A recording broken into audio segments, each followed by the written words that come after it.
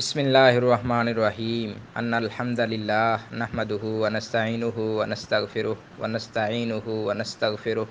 ونعوذ باللہ من شرور انفسنا ومن سیئات اعمالنا من یہدہ اللہ فلا مضل لہ ومن یضللہ فلا ہادی لہ واشہد ان لا الہ الا اللہ وحدہ لا شریک لہ واشہد ان محمدا عبدہ ورسولہ۔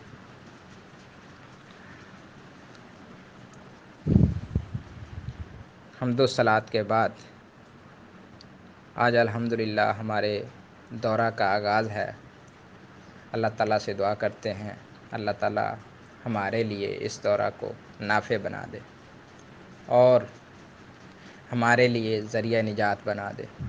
اور اللہ تعالیٰ جس مقصد کے لیے ہم نے یہ دورہ شروع کیا ہے اللہ تعالیٰ ہمیں اس مقصد تک پہنچنے میں رہنما بنا دے۔ آج کا پہلا درس ہے تو یہ نحو کی اہمیت اور ضرورت، کیونکہ جب کسی چیز کی اہمیت واضح نہ ہو جائے بندے کے سامنے، بندہ اس میں اتنا ذوق نہیں رکھتا، سیکھنے کا شغف نہیں رکھتا، اتنی زیادہ حرص نہیں رکھتا۔ اسی طرح اس کی ضرورت معلوم نہ ہو تو بندہ دوسرے کام کرتا جاتا ہے جو ضروری سمجھتا ہے، جس کو فعل عبث سمجھتا ہو، فضول سمجھتا ہو، اس کی طرف توجہ کم دیتا ہے کہ اس کے نزدیک وہ ضروری نہیں ہوتا، کیونکہ اس کی ضرورت اس کے نزدیک نہیں ہوتی، واضح بھی نہیں ہوتی، جس کی وجہ سے وہ اس کو پیچھے کر دیتا ہے اور بہت اہم کام، ضروری کاموں کو کرتا جاتا ہے۔ اگر نحو کی ضرورت و اہمیت واضح ہو جاتی ہے، ہمارے دل و دماغ میں راسخ ہو جاتی ہے، تو پھر ہم بھی اس کی طرف طمع کریں گے کہ ہم بھی سیکھیں۔ یہ اتنا اہم علم ہے جس سے ہم پیچھے ہیں۔ اگر میں یہ بات کر دوں کہ عربی کلام کا جو علم ہے یہ دنیا میں مروجہ 27 علوم پر مبنی ہے تقریباً۔ وہ علم تفسیر، علم اصول تفسیر، علم قرات، علم تجوید، علم حدیث، علم اصول حدیث، علم فقہ، علم اصول فقہ، علم فرائض، علم حکم الشارع، علم الفتاوی، علم الکلام، علم الادب، علم الصرف، علم النحو، علم المعانی، علم البیان، علم البدیع، علم المنطق، علم مناظرہ، علم الحکمت یا فلسفہ، علم الحیات، حساب، ہندسہ، طب، تاریخ وغیرہ۔ ایسے ان سب کا دار و مدار اگر یہ کہہ دیا جائے کہ نحو پر ہے تو یہ بعید از قیاس نہیں ہوگا۔ کیوں؟ نحو ایسا مضمون ہے جو ان 27 علوم کو پڑھنے کا طریقہ بتلائے گا،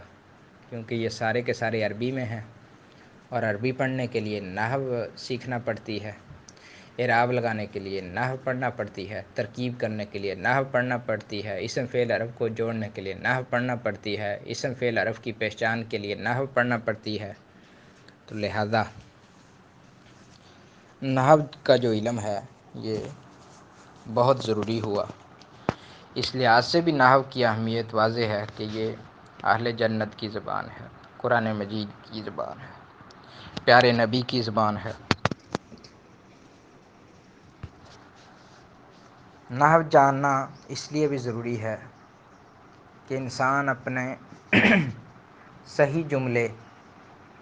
منہ سے بولے گا اور لوگوں کے سامنے اپنے ما فی الضمیر کا اظہار کرے گا، لوگوں کو اپنی بات سمجھانے میں آسانی محسوس کرے گا، اپنے الفاظ کو صحیح ترتیب دے سکے گا جس کو ترکیب کہا جائے گا۔ اسی لیے تو اللہ تعالیٰ نے انسان کی تعریف کی ہے سورۃ الرحمن میں، خلق الانسان وعلمہ البیان۔ ہم نے انسان کو پیدا کیا ہے اور پیدا کر کے اس کو قوت گویائی عطا فرمائی ہے، اپنے ما فی الضمیر کا اظہار کرنا سکھایا ہے، جس سے وہ تکلم کرتا ہے، اپنے ما فی الضمیر کا اظہار لوگوں کے سامنے اپنی زبان کے اندر کر دیتا ہے اور لوگ اس کی بات کو سمجھ لیتے ہیں۔ نحو کے بارے میں مقولے بھی بہت سارے مشہور ہیں۔ الصرف والنحو فی العلم کالروح فی الجسم، یعنی کہ صرف اور نحو علم میں روح کی طرح ہیں، جیسے روح جسم میں ہوتی ہے ضروری۔ اگر جسم سے روح کو الگ کر دیا جائے، ڈیڈ باڈی رہ جاتی ہے، بندہ فوت ہو جاتا ہے اور اس جسم کی کوئی قدر و قیمت نہیں ہوتی، حرکت نہیں کر سکتا کیونکہ روح جدا ہو چکی ہے۔ اگر صرف اور نحو کو ان سارے علوم سے جدا کر دیا جائے تو ان علوم کی بھی ڈیڈ باڈی والی حیثیت ہو جاتی ہے، ان میں بھی کوئی لطف نہیں رہ جاتا، ان کو سیکھنے کا مزہ نہیں آتا اور بیکار ہو جاتے ہیں کیونکہ عربی عبارت غلط پڑے گا، اعراب غلط پڑے گا۔ الصرف للمرام کالعین للانام، جاندار کے لیے آنکھ کی طرح صرف ہے مقصد تک پہنچنے کے لیے، تو آنکھ نہ ہو تو نابینا کہلاتا ہے، جب آنکھ ہو تو اس کی بڑی قدر و قیمت ہے، ہر چیز کو اپنی مرضی سے دیکھے، جانچ پڑتال کرے، پھر باتیں کرے۔ جب نظر ہی نہیں آ رہی تو اس کو ہر بات بتلائی جاتی ہے، سہارا دیا جاتا ہے۔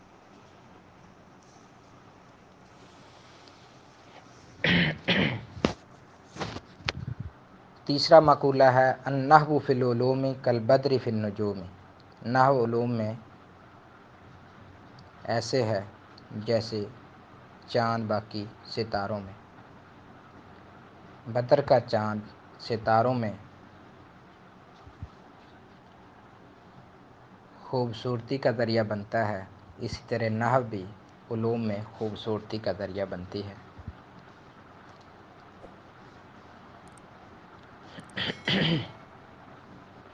النحو فی الکلام کالملح فی الطعام، عام معروف مقولہ ہے، ہر بچہ جانتا ہے۔ نحو کلام میں ایسے ہے جیسے نمک میں، کھانے میں نمک ہوتا ہے، کھانے میں اگر نمک نہ ڈالا جائے تو کھانا اچھا محسوس نہیں ہوتا، ذائقہ اچھا نہیں لگتا۔ اگر کلام سے نحو نکال دی جائے تو وہ بھی اچھا نہیں رہتا، پڑھنے والے قاری کو کافی دقت محسوس ہوتی ہے، پریشانی محسوس ہوتی ہے۔ نحو کی اہمیت کے پیش نظر ابو ایوب حضرت ایوب سختیانی رضی اللہ تعالیٰ عنہ رحمہ اللہ فرماتے ہیں تعلموا النحو فإنہ جمال للوضیع وترکہ حجنۃ للشریف، علم نحو کو پہچانو کیونکہ یہ گھٹیا آدمی کے لیے حسن و جمال کا سبب ہے اور اس کو ترک کر دینا شریف آدمی کے لیے باعث عیب ہے، وترکہ حجنۃ للشریف، اور اس کو چھوڑ دینا، ترک کر دینا نحو کو شریف آدمی کے لیے عیب کا باعث ہے۔ تو علم نحو پڑھے بغیر جو احباب علوم کو پڑھنے کی کوشش کرتے ہیں ان کے لیے ایک مثال اور بھی معروف ہے کہ جو شخص علم نحو پڑھے بغیر حدیث کا طالب بن جاتا ہے، علی بن جعد الجوہری فرماتے ہیں اس طالب علم کی مثال اس گدھے جیسی ہے جس کے منہ پہ خالی تھیلا لگا دیا گیا ہو اور وہ چارہ کھانے کے لیے اس تھیلے میں منہ ڈالتا ہو لیکن اسے کچھ نہ ملتا ہو۔ لہذا علم نحو سیکھنا ضروری ہے۔ علم نحو اگر نہ سیکھا جائے تو پھر کلام عرب میں اغلاط ہوتی ہیں۔ جب اعرابی غلطی ہوتی ہے، زبر کی جگہ پیش یا پیش کی جگہ پہ زیر پڑھ دینے سے جو اغلاط ہوتی ہیں، بعض اوقات معنی اتنا غلط ہو جاتا ہے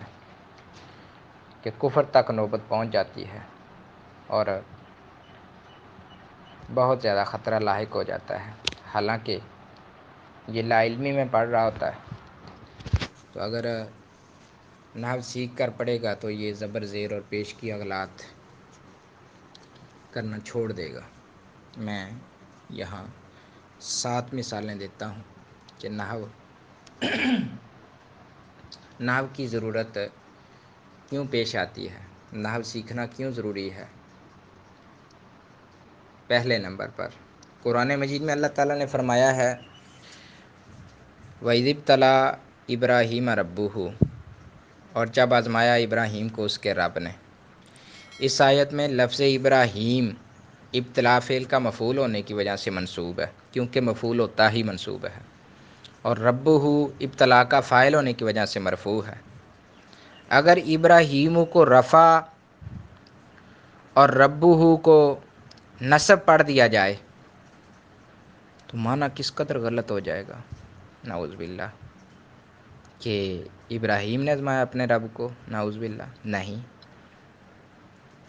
کی تو ہم نے زبر اور پیش کی چینجنگ ہے، لیکن معنی کتنا غلط ہو گیا ہے، لہذا نحو سیکھنا ضروری ہے۔ اسی طرح سورۃ المائدہ میں آیت طہارت میں اللہ تعالیٰ نے جو فرمایا ہے، وَامْسَحُوا بِرُؤُوسِكُمْ وَأَرْجُلَكُمْ إِلَى الْكَعْبَيْنِ، وضو کرتے وقت اپنے سروں کا مسح اور پاؤں کو دھو لو۔ اس میں ارجلکم میں مشہور قرات تو نصب ہی ہے نا، اور اگر اس کو برؤوسکم پر عطف کر کے جر پڑھ دی جائے کہ با جار رؤوسی مجرور ہے تو واو عطفہ آ رہا ہے، تو ارجلکم پڑھ دیا جائے تو معنی کیا بنے گا، پاؤں کا بھی مسح کرو، حالانکہ صحیح احادیث میں وضو کے اندر مکمل پاؤں کا دھونا فرض قرار دیا گیا ہے، جبکہ سر کا مسح ہے۔ تو ہم نے زبر سے اگر زیر کر دی، نہ پڑھے بغیر عبارت پڑھ دی، غلطی سے پڑھ دی، معنی کتنا چینج ہوا ہے۔ جو فرض چیز تھی اس کا بندے کو تارک بنایا جا رہا ہے، اور فرض کو جو ہے چینج کر کے جو چیز دھونی تھی اس کو مسے میں چینج کیا جا رہا ہے غلطی کی وجہ سے۔ غلطی کیا ہے، صرف زبر اور زیر کی۔ نمبر 3، سورہ مزمل میں اللہ تعالیٰ نے فرمایا ہے فَعَصَىٰ فِرْعَوْنُ الرَّسُولَ، اس میں لفظ فرعون جو ہے رفع کی بجائے نصب اور رسولہ کو نصب کی بجائے رفع پڑھا جائے تو معنی ہوگا کہ رسول نے فرعون کو جھٹلایا، تو ہم نے رسول کا مواخذہ کیا، نعوذ باللہ، نہیں، اصل عبارت ہے فرعون نے رسول کی نافرمانی کی، تو اگر پیش اور زبر کی چینجنگ ہو جائے معنی کتنا غلط ہو رہا ہے۔ تو اب نحو سیکھنا ضروری ہوا یا نہ ہوا؟ اللہ اکبر۔ ایک ہجری کا واقعہ ہے خلیفہ ولید بن عبد الملک کا، بڑا معروف ہے، اس میں وہ اغلاط کرتے ہیں، یہ شیخ انشاءاللہ اختر صاحب آپ کے سامنے بیان کریں گے انشاءاللہ، شیخ اختر صاحب کو میں کہہ دوں گا۔ حدیث میں الفاظ آتے ہیں، امام جو ہے امام سیبوی رحمہ اللہ کا ایک واقعہ معروف ہے۔ طالب علمی دور میں ایک روز ان کے استاد حماد بن سلمہ رحمہ اللہ نے حدیث میں جو الفاظ معروف ہیں لیس بالدرداء، اس کی املا کروائی، املا کرواتے ہوئے ابدرداء پڑھا، اس کو منصوب پڑھا ابا کو، لیسا کی خبر ہونے کی بنا پر لیسا میں ہوا ضمیر کو اسم بنا لیا۔ تو امام سیبوی نے ان کو ادا کرتے وقت طلباء کے سامنے لیسا بالدرداء پڑھ دیا، ابا کی بجائے ابو پڑھ دیا۔ شیخ رحمہ اللہ فرمانے لگے غلط نہ پڑھاؤ بچوں کو، امام سیبوی کو کہنے لگے غلط نہ پڑھاؤ بچوں کو، تو یہ لیسا بالدرداء لفظ میں نے آپ کو پڑھایا ہے۔ بس اس گرفت پر امام سیبوی کو بڑی ندامت ہوئی، دل میں خیال کیا وہ علم کیوں نہ سیکھوں جو ایسی غلطی سے بچا سکے، تو انہوں نے اس فن میں محنت شروع کر دی، محنت شروع کی، اللہ کی توفیق خاص کے ساتھ اتنی محنت کی، اتنی نحو سیکھی کہ ایک بہت بڑی کتاب الکتاب کے نام سے نحو میں لکھ دی، سبحان اللہ، الکتاب کے نام سے نحو لکھ دی عربی میں۔ تو پھر اس کام سینی میں اتنے بڑے مشہور ہو گئے چھوٹی عمر میں کہ ایک چھوٹا سا بچہ ہے، اس نے الکتاب لکھ دی ہے، اتنا نحوی ہے، اتنا مشہور ہے، لوگوں کی غلطیاں نکالنے لگے۔ ایک واقعہ بھی ان کے ہم معروف بھی ہے کہ ایک بزرگ نے ان کی شہرت سنی کہ بڑی نحو آتی ہے، بہت مشہور ہے نحو میں، زیارت کے قصد سے ان کے پاس آئے، ان کے بارے میں پوچھا کہ کہاں ہے؟ انہوں نے کہا وہ بچوں میں کھیل رہے ہیں۔